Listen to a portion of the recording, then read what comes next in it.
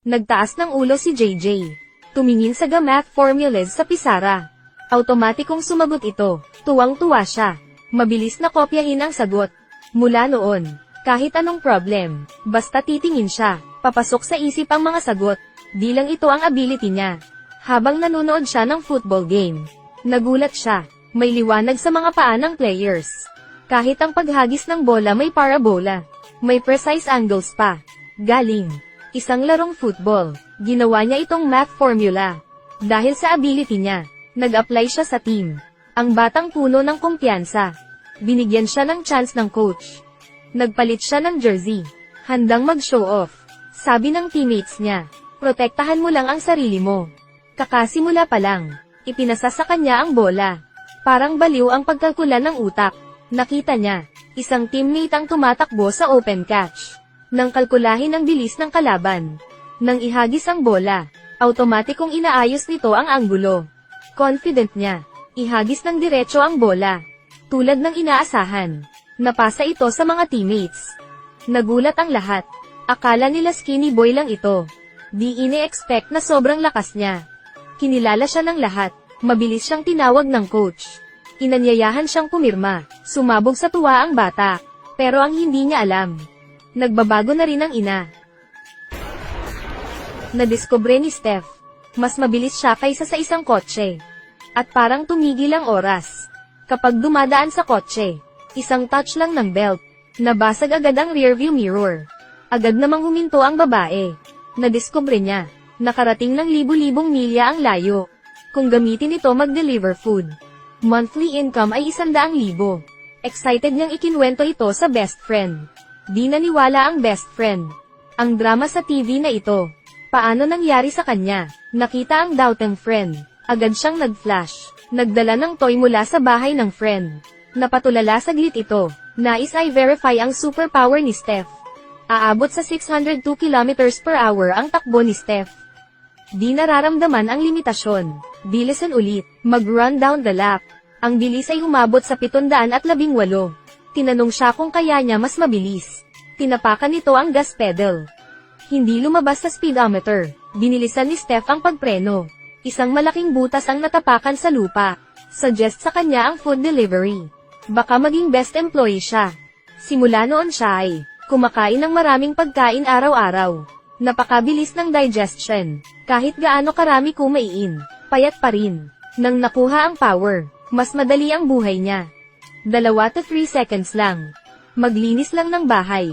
Si Steph ay sabik na umuwi. Dilisin niya ng palihim. Biglang natuklasan. This time, iba na sa dati. Unti-unting nawawala ang katawan niya. Pag nagtataka lang siya, may butas sa harap. Pumasok siya sa loob ng butas. Paglabas niya, dumating siya sa ibang bansa.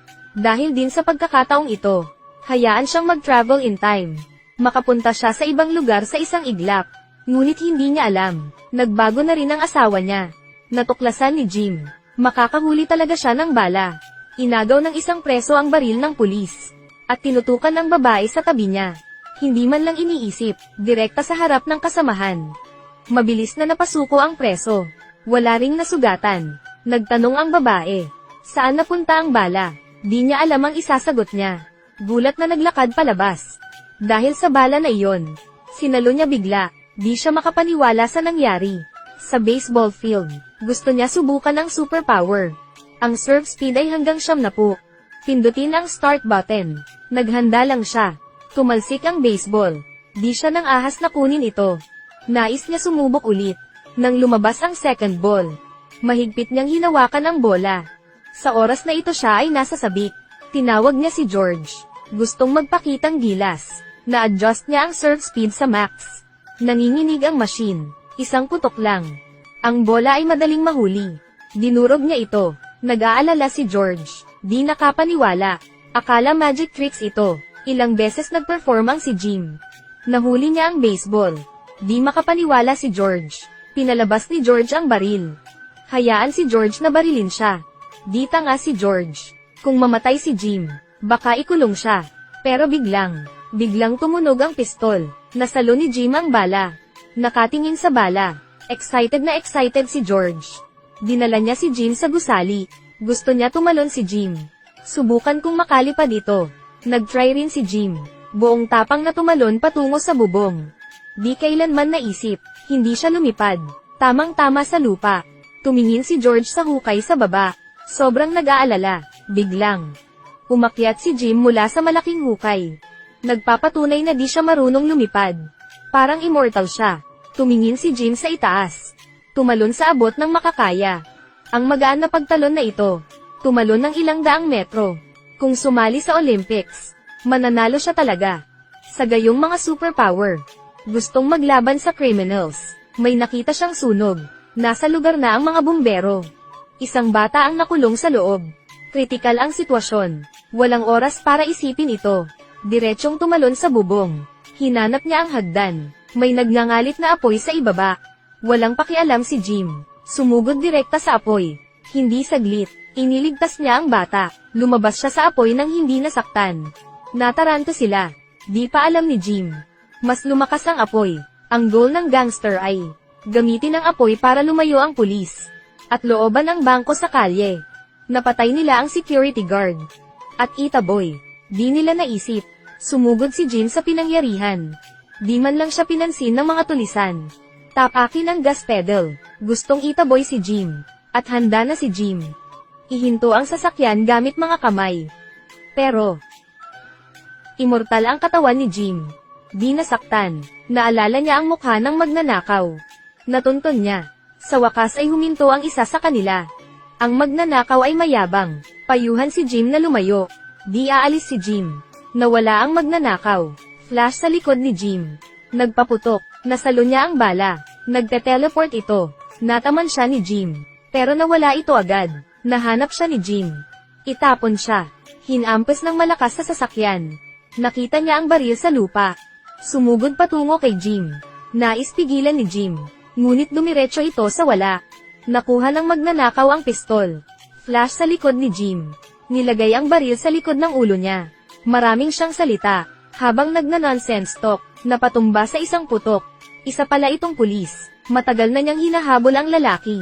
Di tumitingin ang babae. Tumakas si Jim sa eksena. Pero hindi niya alam. Nagkaroon ng aksidente ang asawa. Ito ang pinakamabilis na babae. Sa sandaling tumakbo siya, titigil ang oras. Tumunog ang telepono. Pinulot ito ng babae. At tinitigan habang nalilito. May second bata na kabisikleta ang biglang sumulpot. Umiwas si Steph. Pero dahil sa bilis, sinipa niya ang bisikleta. Nawala ang center of gravity niya. Lumipad ng diretso. Nag-roll ng higit sa 800 laps bago huminto. Di lamang sinira ang damit. Isang piraso ng balat ang pinunasan sa likod.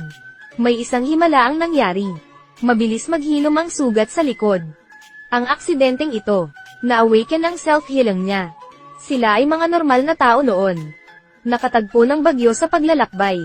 Bumagsak ang eroplano sa isang lawa. Ang pamilya ay hindi nasaktan. Nakuha ang mga superpower. Para maintindihan ang changes, tumakbo si Steph. Bumalik sa lawa. At i-research ang tubig. Ngunit walang nahanap. Sa kabila, pakiramdam na hindi siya sapat. Hinanap niya si George. Hayaan siyang ibangga siya. Nais iharang ang sasakyan. Alam ni George ang ability niya. Kaya ginawa niya ito. Tinapakan ang gas pedal. Diretsong tinamaan si Jim. Biglang natakot si George. Tinignan si Jim. Maayos naman si Jim. Maraming training sessions. Pareho pa rin. Nakadapa pa rin sa lupa. Habang nasa party sina Jim. Nakatanggap ng help call mula kay George. Pumunta pala si George sa bangko. Nakilala muli ang mga tulisan sa bangko. Mabilis siyang nagtago. Gustong tawagan si Jim. Nakita siya ng tulisan. Na-hostage siya. Tumalon si Jim mula sa langit. Tatakas na sana mga tulisan. Dali-dali siyang tumalon sa tulay. Huminto sa harap ng sasakyan. Di pa rin siya sineryoso ng magnanakaw. Itinulak siya sa lupa. Napansin ang isang kakaiba. Kahit gaano itapak ang gas pedal. Di umaandar ang sasakyan. Nasa likod pala si Jim. Sa pilitang itinaas ang sasakyan. Binuhat ito ni Jim. Agad na tumagilid ang sasakyan. Natigilan lahat ang mga tulisan sa loob. Binuksan ni Jim ang pinto. Nailigtas si George. Pagdating ng pulis, tahimik na umalis si Jim. Di nagtagal, nakatanggap ng tawag mula sa guro. Tinawag siya at ang asawa sa paaralan. Nang na-awaken ang ability ng anak, naging super genius na ito. Nagdududa ang guro nagche-cheat siya. Pero walang ebidensya. Akala may ininom siyang gamot. Gusto ni Jim mag-explain. Pero hindi marunong magsalita. Di ito masasabing superpower. Di nakikinig ang guro. Nagpapaliwanag si Jim. Iniisip ng guro na siya ay nagdududa. Sumakay sa kotse at umalis na. Di napansin ang pulang ilaw. Nabangga siya ng sasakyan. Nagpanik ang driver. Tumakas sa pinangyarihan. Nasugatan ang guro. Tinusok ng bakal na tubo sa dibdib. Masyadong malapit sa puso. Mapanganib pag na surgery. Hindi sigurado ang doktor. Nakatingin sa guro. Sinisisi ni JJ ang sarili. Na siya ang may gawa nito. Biglang, aksidente niyang nahanap. May 3D image ng heart at steel pipes. Agad na natauhan si JJ. Maaaring mailigtas ang guro. Naghukay siya ng maraming medical books. Sa tulong ng kanyang big brain. Natagpuan ang isang cure. May kahirapan sa operasyon. Dapat bunutin after ng steel pipe. Tahiin ang blood vessels in seconds. Di ito kaya ng mga ordinaryong tao. Pero kaya ng nanay ng bata. Si Steph dati ay isang doktor. Tumaas ang success rate ng surgery. 3 tao nag-disguise as doctors. Itulak ang guro sa operating room. Si Jim ay in charge sa hangin. Si Steph at JJ sa operation. Sa utos ng bata, mabilis ito ginawa ni Steph. Sa isang kisap mata, kakatapos lang ng isang napakahirap na operasyon. Naging stable ang heartbeat niya. Masaya si JJ. Dumating ang isang doktor. Mabilis siyang pinigilan ni Jim. Walang itong pakialam. Pilit na binuksan ang pinto. Saglit siyang natigilan. Nawala na ang steel pipe sa dibdib. At ang mga vital sign ay napaka-stable. Hinanap ng doktor si Jim. Nakauwi na ang pamilya. Higit sa isang storyline. Mula sa drama na No Ordinary Family. Tapos na ang kwento ng kanilang pamilya. Nagising na ang ability ni Daphne. That is the telepathic powers.